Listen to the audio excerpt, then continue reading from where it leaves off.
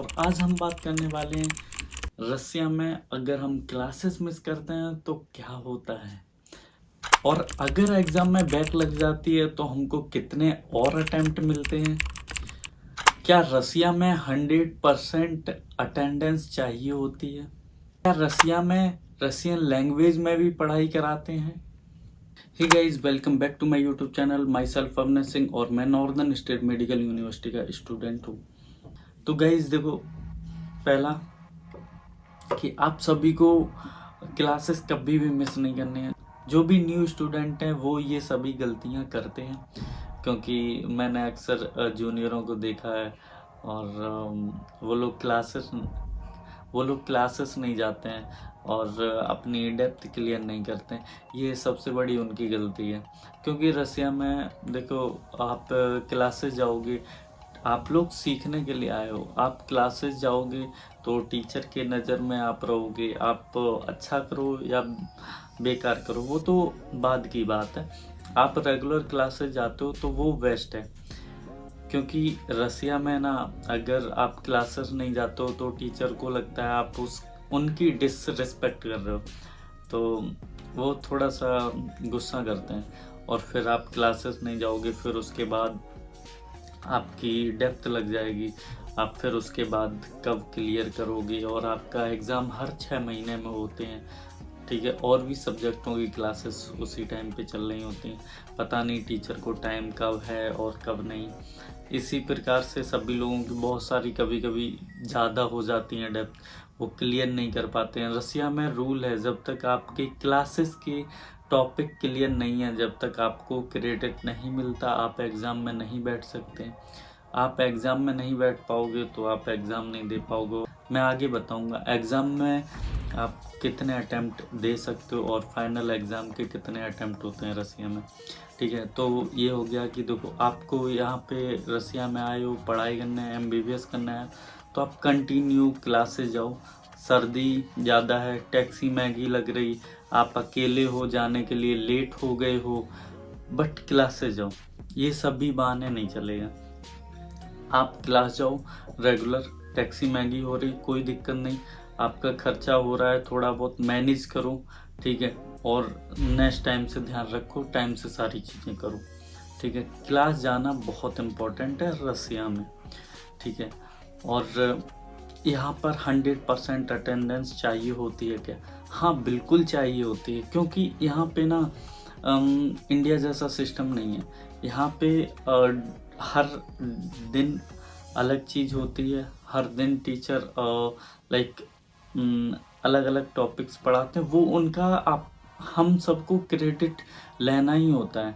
उसका एग्ज़ाम भी होता है हर वीक। यहाँ पे क्या है कि आज हमको जो चीज़ पढ़ाया है, नेक्स्ट डे जो क्लास में आएंगे उस सब्जेक्ट की क्लास में, देन हमको हमारी टीचर हमसे टेस्ट लेगी, उसको मुझे क्लियर करना पड़ेगा, ऐसा सीन होता है। तो हमको कंटिन्यू जाना पड़ता है और ये अच्छा भी है हमारे लिए, ठीक है। ये सारी चीज़ें।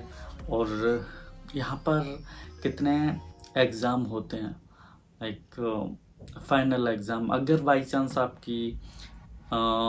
फेल हो जाते हो, एक एग्ज़ाम में फेल हो जाते हो, देन आपको और कितने अटेम्प्ट मिलेंगे।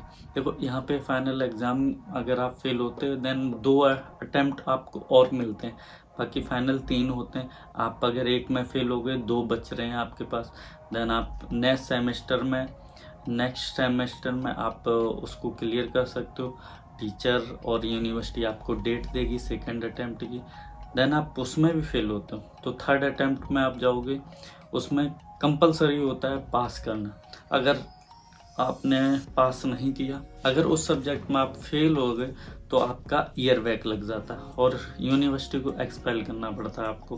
देन आप फिर से इंडिया जाओ, फिर वापस आओ, रिपीट करो ईयर, ठीक है। अब भी जो भी न्यू स्टूडेंट यहाँ पे देख रहे हैं और जो भी नॉर्दर्न स्टेट मेडिकल यूनिवर्सिटी के स्टूडेंट देख रहे हैं, मैं उनको यही रिक्वेस्ट करना चाहूँगा, कंटिन्यू क्लासेस जाओ, कोई बहाना नहीं चाहिए। यूनिवर्सिटी बहुत सी सभी ऑलमोस्ट स्ट्रिक्ट हो चुकी हैं और फिर कोई ना कोई प्रॉब्लम क्रिएट होगी, एक्सपेल तक बात जाएगी। वो चीज़ें अच्छी नहीं है, क्योंकि अभी ट्रांसफ़र क्लोज हो चुके हैं, तो अगर आप एक्सपेल होते हो तो आपको उस वहीं पे उसी यूनिवर्सिटी में रिपीट करना पड़ेगा, या तो आप एमबीबीएस छोड़ दो। तो ये सारी चीज़ें हैं। तो इस वजह से मैं तो भाई यही बोलूँगा कि आप कंटिन्यू क्लासेस जाओ, सारी चीज़ें क्लियर करते रहो, ठीक है। और अब हम बात करते हैं कि रशियन लैंग्वेज में मेडिकल कोर्स पढ़ाया जाता है, या एमबीबीएस रशियन लैंग्वेज में भी होती है क्या? तो देखो, मैं इसका आंसर सिंपल है। मैं एक समझने वाली बात है, आप उसको समझना। देखो, बहुत सारी यूनिवर्सिटीज़ हैं जो काफ़ी पुरानी हैं और काफ़ी टाइम से पढ़ा रही हैं। वो फुल्ली इंग्लिश मीडियम है, ठीक है, वो उनके पास काफ़ी एक्सपीरियंस है। बट जो फुल्ली इंग्लिश मीडियम हैं, और वहाँ पे भी मैं ऐसा देखता हूँ कि हमको रसियन सीखना इम्पोर्टेंट है, क्योंकि रसियन का एक फ़ाइनल एग्ज़ाम होता है। लोग उसको भी अगर पास नहीं कर पाते हैं तो तब भी आपको यूनिवर्सिटी निकाल देती है, एक्सपेल कर देती।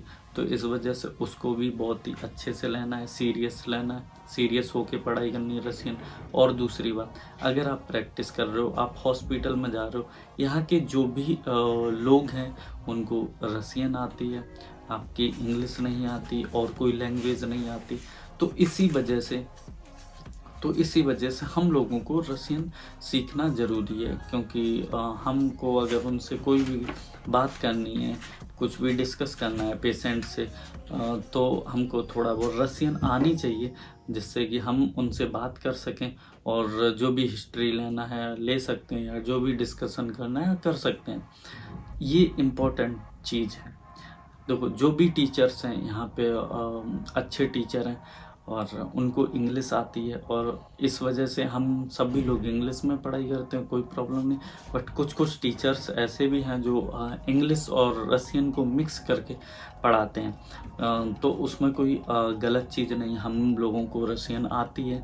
बहुत से ऐसे मेडिकल वर्ड हैं जो वो लोग बीच में यूज करते हैं, उससे कोई ख़ास प्रॉब्लम होती नहीं। आप अगर रसियन थोड़ा बहुत भी सीख रहे हो, पढ़ाई कर रहे हो, एग्ज़ाम निकाल के आए हो, ठीक है, तो कोई ऐसा सीन नहीं है, ठीक है। तो ये जो भी यूनिवर्सिटीज़ फुल्ली इंग्लिश मीडियम बोलते हैं, वो यही है, जो रियलिटी है वो मैं बोल रहा हूँ, ठीक है। तो ये सारी चीज़ें इम्पोर्टेंट चीज़ें हैं। अभी मैं लास्ट में इस वीडियो में जो भी न्यू स्टूडेंट रसिया में या अब्रॉड में कहीं पे भी आए हैं, मैं उनको यही बोलूँगा कि आप इतना मेहनत करके आए हो, आपके पेरेंट्स ने इतना आपको सपोर्ट किया है, और आपका सपना है डॉक्टर बनना, तो आप कंटिन्यू, देखो यहाँ पे अब्रॉड आए हो तो कंटिन्यू क्लासेस जाओ। ऐसा कभी कोई प्रॉब्लम क्रिएट ना होने दो जिससे एक्सपेल तक बात पहुँचे, क्योंकि बहुत सारी यूनिवर्सिटीज़ हैं, अभी बहुत ज़्यादा स्ट्रिक्ट हो गया। और आप सभी को, और हो सकता है मुझे भी एक दो, अभी तो फ़िलहाल MCI है, देन नेक्स्ट एग्ज़ाम हमको भी देना पड़ेगा और आपको भी देना पड़ेगा। तो ये इम्पोर्टेंट चीज़ है कि आप कंटिन्यू अच्छे से क्लासेस जाओ और पढ़ाई करो, ये सबसे बेस्ट है, ठीक है। So thank you for watching, bye bye, take care.